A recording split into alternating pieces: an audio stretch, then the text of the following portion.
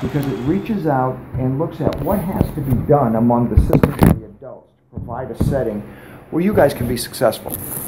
And I'll tell you why that's different. I told you I've been around for 30, 35 years in the business. There was a time, from a long time, they would look at kids and say, we got to fix the kids. And I'll tell you what's different about East Hartford, about this school. They looked at the system and they looked at the adults and the way we work within the system to change and adapt to meet the student where their needs are.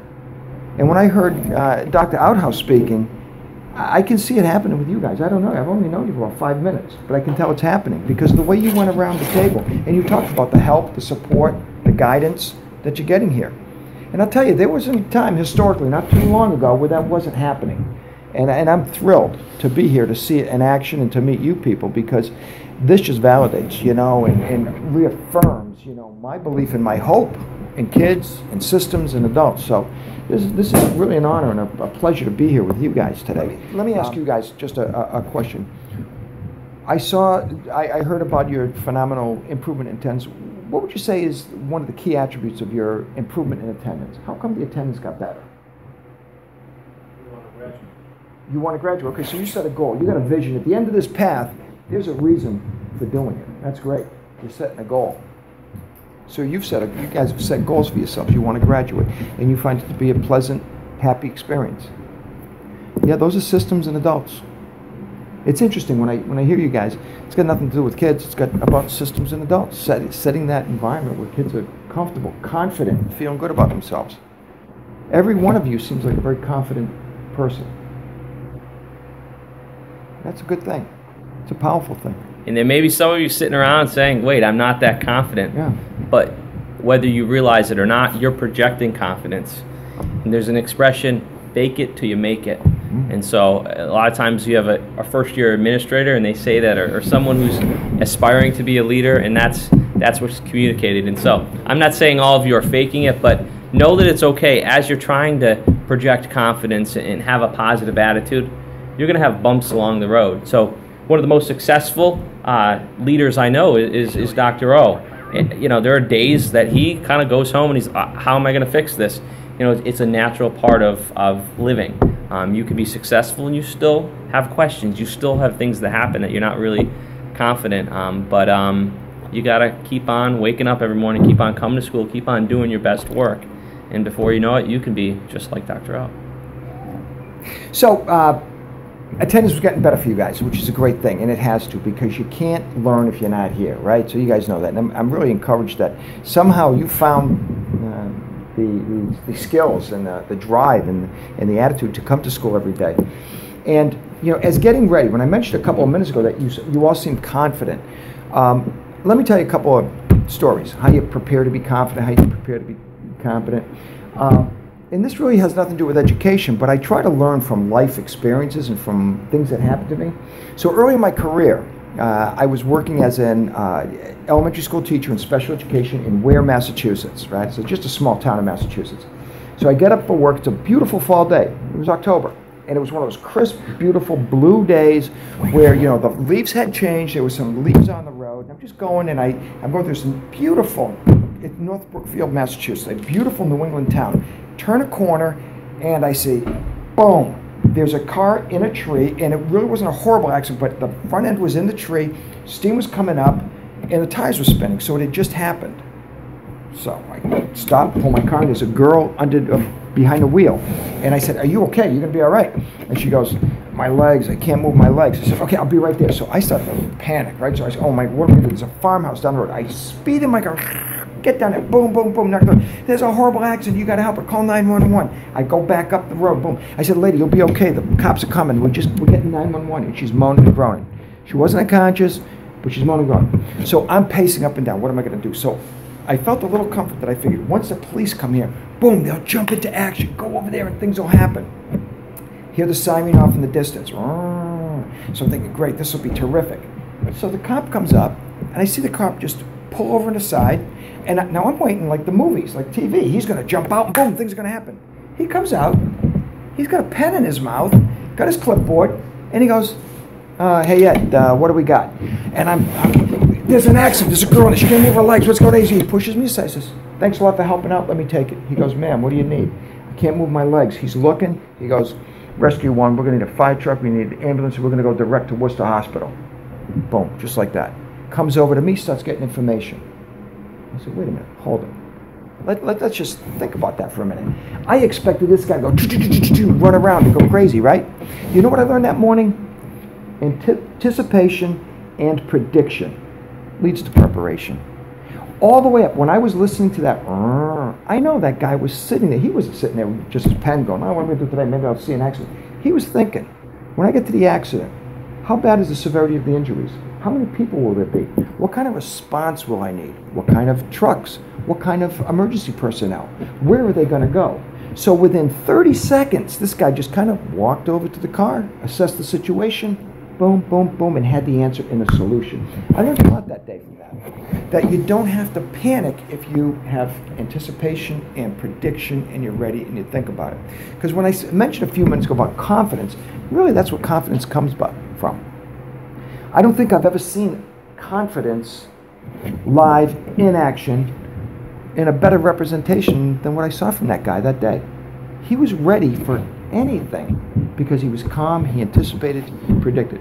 So one reason we know kids don't come to school, when you think about attendance, they get overwhelmed. It's too difficult. Planning's a big part of it. Preparation's a big part of it. When you think about your own effort, you shift gears a little bit from attendance to effort, they really go together. What is the most difficult thing you have to do in school? What would you say? I'm just curious. What's the toughest thing that you walk in you got to do? Keep myself from leaving. I'm sorry? Keep myself from leaving. Keep yourself From just walking. From leaving. Oh, Yeah. from leaving. Okay, keep yourself engaged. Yeah, that's interesting. Sometimes you just feel like, what's this all about? You want to leave? What makes you stay? I just don't think about it. Good. You just redirect your focus. Think about something else. That's great. That's powerful. Let me hit both of these for a minute. Like not thinking, redirecting your thoughts to stay in school. That's a good way to do it. You're finding your own answers. You're solving your own problems. And when we talk about confidence, we talk about maturity. And as you go up the food chain from elementary school to middle school to high school, we talk about maturity and building maturity. But people really don't look under the hood. They don't really look under the microscope about really what is maturity. And when you think about it, maturity, the first level of maturity is independent or is dependence, right? I want you to do everything for me, mommy and daddy. I want you to feed me, dress me, give me warm clothes, blah, blah, blah, blah. Tell me when I have to go to bed. Tell me when I have to get up, da, da, da, da, right? So that's dependence. Then the second level, as you get a little bit older, independence. And I'm sure you guys have gone through that level of independence, just like my kids went through that level of independence where we know everything. We got all the answers. I went through that level of independence. My parents didn't know anything. I knew everything. I'm going to, steer the ship. Let me make my own mistakes. And I did make mistakes. But I went through independence. And here's the toughest level, the level of interdependence, where one of the first things I said to you is that, boy, I hope I learned something from you guys today that I can take back to my kids. Dr. Outhouse had suggested that. Maybe we'll have some things we can share that I can help little kids with. That's interdependence. And that's based on that brief discussion I had with you guys and that when you went and introduced yourselves. So when you mention the fact that you can self-regulate, you can hold tight, you can stay in here, that's a high level of maturity. You should feel good about that. Because you're doing it not because somebody says, hey, you got to sit in that chair and you got to listen, you got to do your work. You found ways to stick with it. And that's very impressive. And for you trying to regulate, your own patterns, habits, and routines, it's a great, powerful example of what we have to do all the time. Kids that have attendance problems, sure, they don't really think about it, but you can bet dollars to donuts. Kids who are having trouble with attendance, they don't anticipate, they don't predict, they don't plan, they don't have that higher level of maturity to take responsibility, ownership. This is stuff you guys should feel very good about. And that idea. And attention. You ever heard of the term engagement? Yeah, like you're engaged, you're not engaged. I don't mean like you're getting married. I just mean engagement in class, engagement in school. Sometimes I say, they're not engaged. It's an interesting phenomenon. The definition of engagement is attention plus commitment. And that's an important distinction, because a lot of people think attention is just being engaged. But it's attention plus commitment. And you guys are all attending. And I think you're engaged because you can't really tell if you're engaged because that's, I can't read your minds, but I think you're engaged. But I do know human nature, how we work, how we go along as we're doing the speaker series. I guarantee it. And raise your hand if this resonates. As we're speaking, there are times when you drift in and out of attention. Like you've been listening to me, you've been listening to other of your friends share it, but you drifted to, okay, what class is next? Or did I do that project? Or I wonder what we have for lunch today. And did I order the right lunch? Or it's hot in here. I wonder if we can turn. Right? Do you drift in and out of attention? Am I right? Raise your hand if I'm right. Yeah. So we all have different patterns of attention. So the attention part is powerful, but if you don't have that commitment, because it's the commitment that brings you back, that shows that shared mutual respect. Because if you were talking to me and then I'm like thinking about, okay, what time do I get out of here? What do I have to do when I get back to my building? Are the kids behaving? Blah, blah, blah. It's not very respectful. So the commitment part adds another dimension to it. And a lot of people miss that. And when you're in your classes, if you're able to attend, I'm sorry, what was this gentleman's name? What was your name? Dorian. Dorian. When Dorian shared that idea about a challenge with attention, a lot of people let it end right there, boom. Well, I'll try to attend, I'll try not to. But if you think in terms of that commitment level, what am I getting out of this? What's in it for me? Graduation's in it for you. Graduation's in it for you. You've already set an end game for yourself. So that's a long-term end game. Every day when you wake up, you set these short-term end games. And that leads to that idea of attention and commitment, getting ready, bringing it every day. You do that. I really appreciate your honesty when you were saying, this is the challenge I have, not walking out. Part of the reason you don't do it is because you've taken that higher level step to stay attending, stay committed, keep working. That's where that confidence and confidence comes from. Hard work, not easy. Not everybody can do it. But you guys certainly can do it. I commend you for it. That's great. Commitment's tough.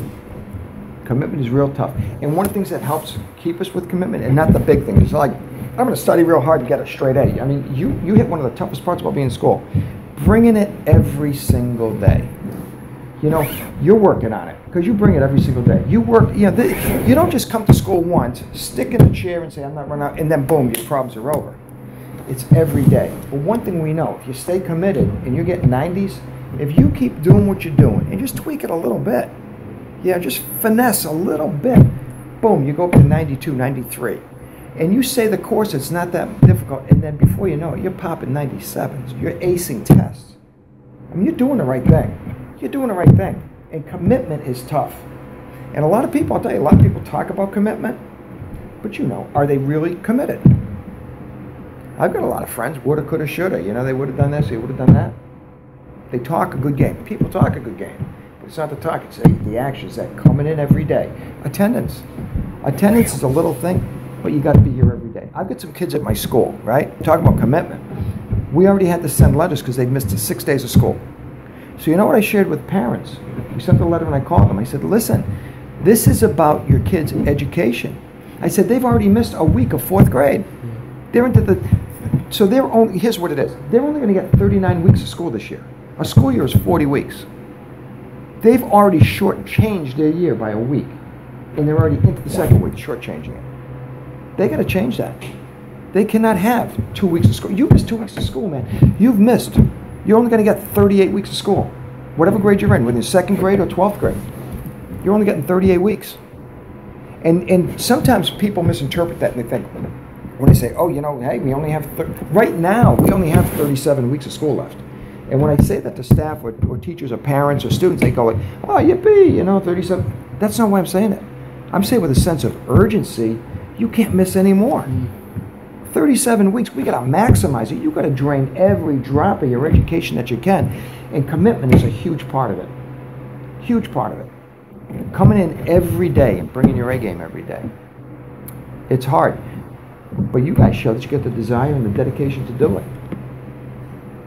And if you keep going, here's the bottom line, the end game. You keep going, you'll be phenomenally successful. That's what separates. There's just a couple of things that separates very successful people from the good people or people that are marginalized or mediocre. Commitment is one. Sustaining that commitment. Goal setting, like you guys set goals for your degree. You want to graduate. And to sustain that, it's making good decisions. And you're going to make screwed up decisions sometimes. You're going to make mistakes.